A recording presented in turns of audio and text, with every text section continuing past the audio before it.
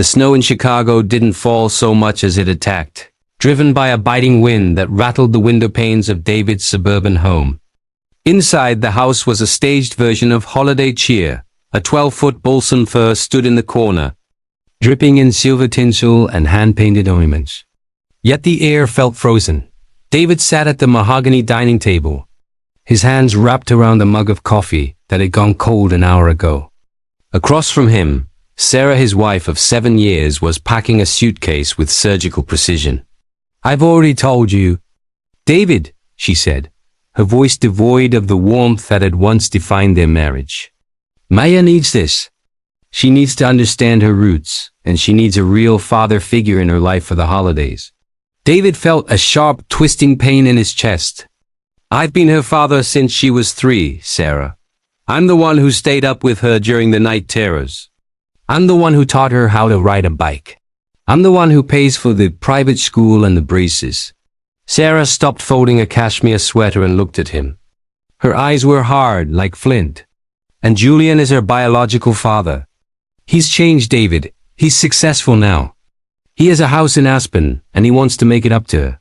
He wants to give her a real Christmas." "A real Christmas?" David's voice cracked. "By taking her to a man who didn't send a single birthday card for 5 years. You're taking my daughter away for the most important day of the year to spend it with a stranger who happens to share her DNA." Sarah zipped the suitcase shut with a finality that sounded like a gunshot. She leaned over the table, her face inches from his. "She's my daughter. If you don't like it, you can divorce me. The papers would probably be easier to handle than your constant insecurity." She walked out of the room, leaving David in a silence so heavy he could barely breathe. The following morning, the house was a tomb. Sarah and 10-year-old Maya had left for the airport at 5 a.m. David had tried to hug Maya goodbye, but the young girl had looked at him with a confusing mix of guilt and distance, her hand held tightly by Sarah as they stepped into the Uber. David spent the next 2 days in a fugue state. He wandered through the rooms, seeing the ghosts of their life together, the height markings on the pantry door, the half-finished Lego castle in the den. On December 23rd, the phone rang. It was an unknown number from a Colorado area code. "Hello?" David answered, his heart leaping with the hope it was Maya. "David, it's Marcus." David stiffened. Marcus was Sarah's younger brother, a man David had always gotten along with, though they hadn't spoken much since Sarah had started pulling away. "Marcus, what's going on?" "David, listen to me carefully." Marcus's voice was low, frantic. "I'm in Aspen. I came up to surprise them for the holidays. Something isn't right here." "What do you mean?" David stood up, his adrenaline spiking. "Julian. He's not the reformed businessman Sarah thinks he is. There are people at this house, David, tough-looking guys. I overheard a conversation last night. Julian is in deep with some very bad investors. He didn't bring them here for a family reunion. He brought them here as leverage." "Leverage?" "Marksy, speak clearly." "Sarah has a trust fund, David. One she can't touch until Maya turns 18, unless there's an emergency. Julian is broke. He's more than broke, he's a mark. He's using Maya and Sarah to get to that money. And David, they aren't letting them leave the estate." The line went dead. The longest journey. David didn't call the police immediately. He knew that in a town like Aspen, Julian's investors likely had eyes everywhere, and a squad car pulling up to a private estate could trigger a disaster. He moved with a clarity he hadn't felt in years. He grabbed his heavy winter gear, his passport, and a lock-picking kit he'd kept from his days as a security consultant. He booked the last seat on a red-eye to Denver and rented a 4-wheel drive SUV. The drive into the mountains was a blur of white-knuckle steering and prayer. As he climbed higher into the Rockies, the snow turned into a blinding wall.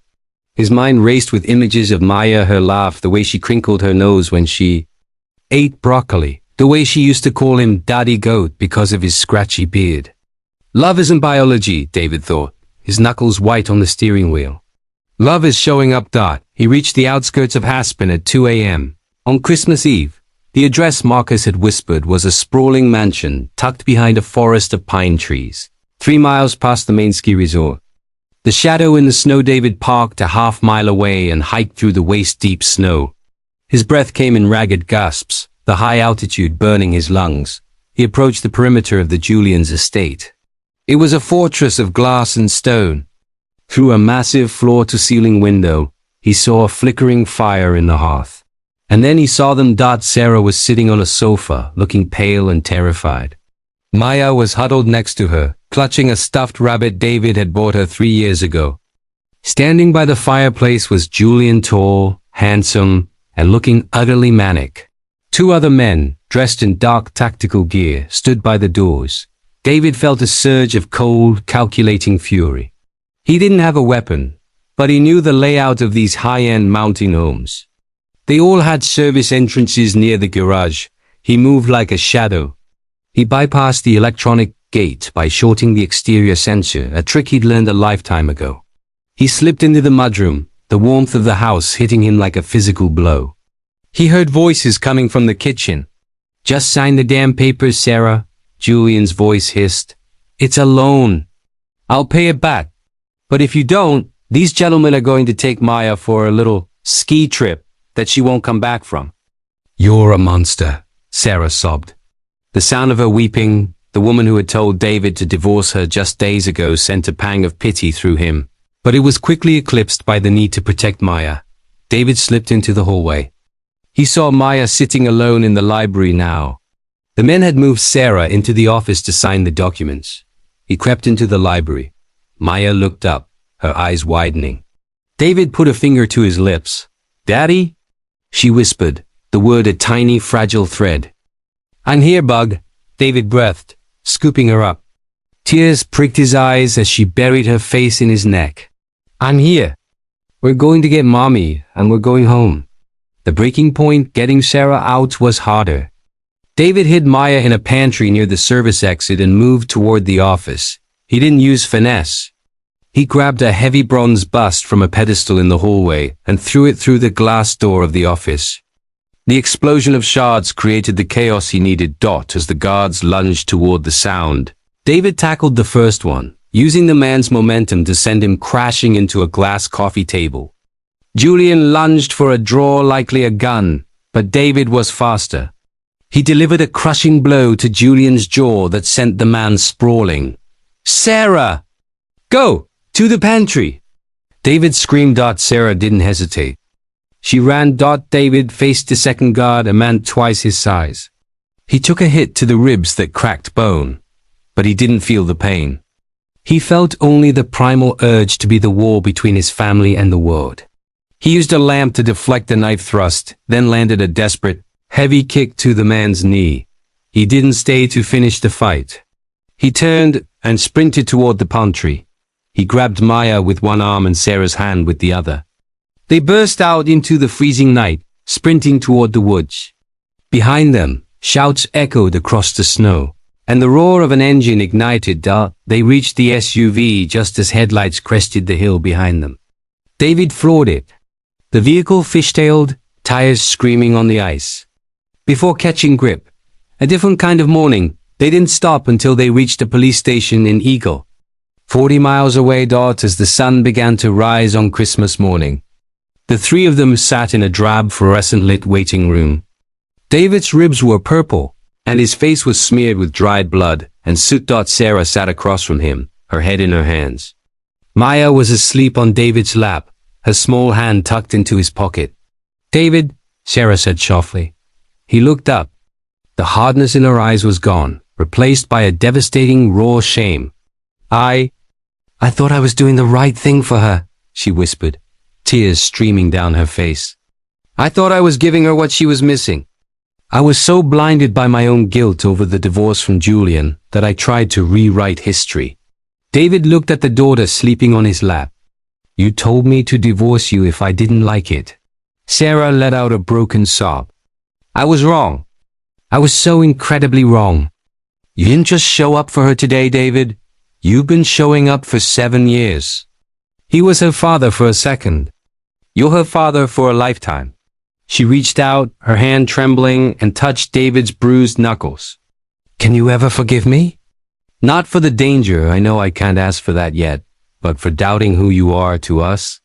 David looked at the Christmas tree in the corner of the police station, a plastic, Charlie Brown-looking thing with a few mismatched bulbs. It was the most beautiful thing he had ever seen. I didn't come here because of a marriage certificate, Sarah, David said, his voice thick with emotion. I came here because this is my family. And you don't leave family behind even when they're lost. The homecoming, the flight back to Chicago, was quiet. Maya didn't let go of David's hand for the entire 4 hours. When they walked into their home, the silver tinsel on the balsam fir was still shimmering. The house was no longer a tomb. It was a sanctuary. David sat on the floor by the tree, exhausted beyond measure. Sarah brought him a glass of water and sat beside him. She leaned her head on his shoulder, her tears wetting his shirt. Merry Christmas, David, she whispered. Merry Christmas. Sarah. Maya came running into the room, holding a small, crumpled gift she had hidden in her backpack before the trip. It was a picture she had drawn at school. It depicted 3 people standing in front of a house. Underneath, in messy, 3rd-grade handwriting, it read, Me, Mommy, and Dad. David pulled them both into his arms. The pain in his ribs was nothing compared to the warmth in his heart. There would be hard conversations ahead, therapy, legal battles with Julian, and the long process of rebuilding trust. But as the snow continued to fall outside, silent and soft this time, David knew they were finally home. And for the first time in a long time, the silence wasn't heavy. It was full of peace,